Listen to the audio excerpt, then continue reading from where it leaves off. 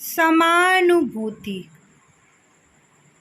एक समय की बात है, एक बहुत सुंदर वन था जिसका नाम चंपक वन था। उस वन में ढेर सारे पशु पक्षी रहते थे, जिनमें शेर, चीता, हाथी, लोमड़ी, खरगोश, गौरैया सब थे। वहाँ के लोगों का जीवन बहुत ही मज़े में चल रहा था। वो लोग बहुत खुश और संतुष्ट थे। उन्हें किसी भी चीज़ की कोई कमी नहीं थी। सब तरफ खुशहाली ही फैली हुई थी। उससे ही लगा हुआ एक और वन था जिसका नाम सुंदर वन था। लेकिन दोनों वनों के पास पास होने के बाद भी दोनों वनों के प्राणी एक दूसरे के यहाँ आते जाते नहीं थे। उनकी शत्रुता इतना गहरी थी कि वो एक दूसरे को देखना भी पसंद नहीं करते थे। इसी तरह कई वर्ष गुजर गए, परंतु एक साल ऐसा आया कि बरसात होने का नाम ही नहीं ले रही थी। इसी तरह पूरा साल निकल गया, बारिश नहीं हुई, सूखा पड़ने लगा। चंपक वन के सारे तालाब पोखर सूख गए। लोग प्यास की वजह से धीरे धीरे मरने लगे और जो बचे कुचे थे वो आपस में चर्चा करने लगे कि कैसे हम इस समस्या से बच सकते हैं। वो कहते हैं कि हमें लगता है कि शायद हमें ये वन छोड़ देना चाहिए।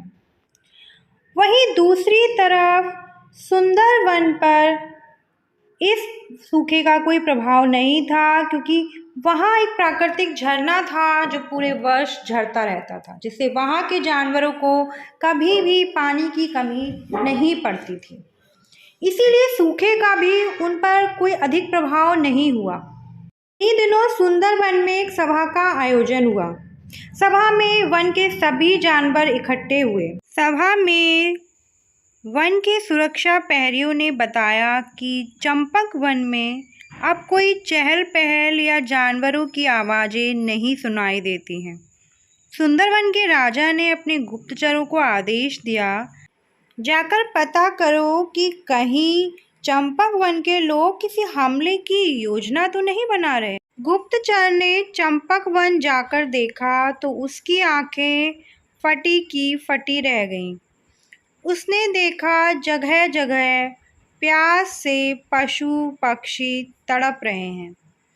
कई जगह मर चुके जानवरों के छत विछत शव बिखरे पड़े हैं।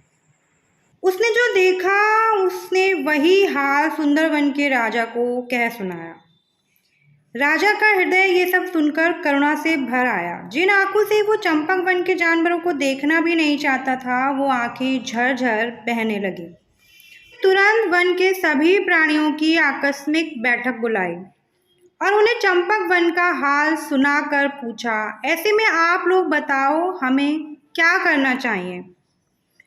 कुछ जानवरों ने कहा कि हमें उनसे क्या मतलब, वो तो हमारे शत्रु हैं, उन्हें उनके हाल पर छोड़ देना चाहिए।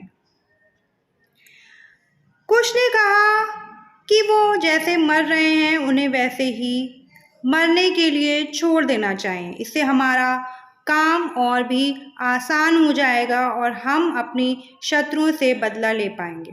बूढ़े और सम्मानित भालू दादा ने कहा कि नहीं, हमारी उनसे शत्रुता अवश्य है, लेकिन ये चंपक वन के सभी प्राणियों के लिए संकट की घड़ी है और नीति ये कहती है कि रण स्थल पर भी यदि कोई प्यासा मर रहा हो तो उसे भी जल पिलाना पुण्य का कार्य है।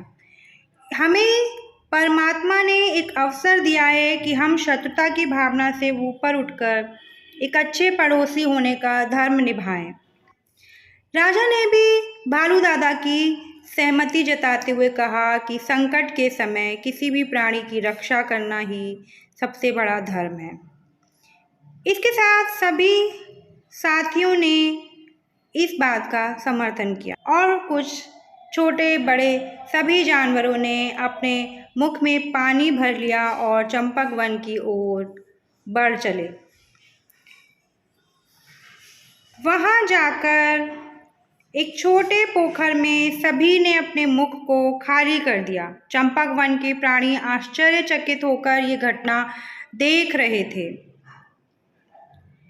पहले तो प्यास से व्याकुल पशु पक्षियों ने पानी पीकर अपनी जान बचाई, फिर गीली आंखों से सुंदरवन के साथियों को गले लगाकर सबको धन्यवाद किया और भाव विभोर होकर पिछली कही सुनी सभी बातों को भुलाकर आगे बढ़ गए।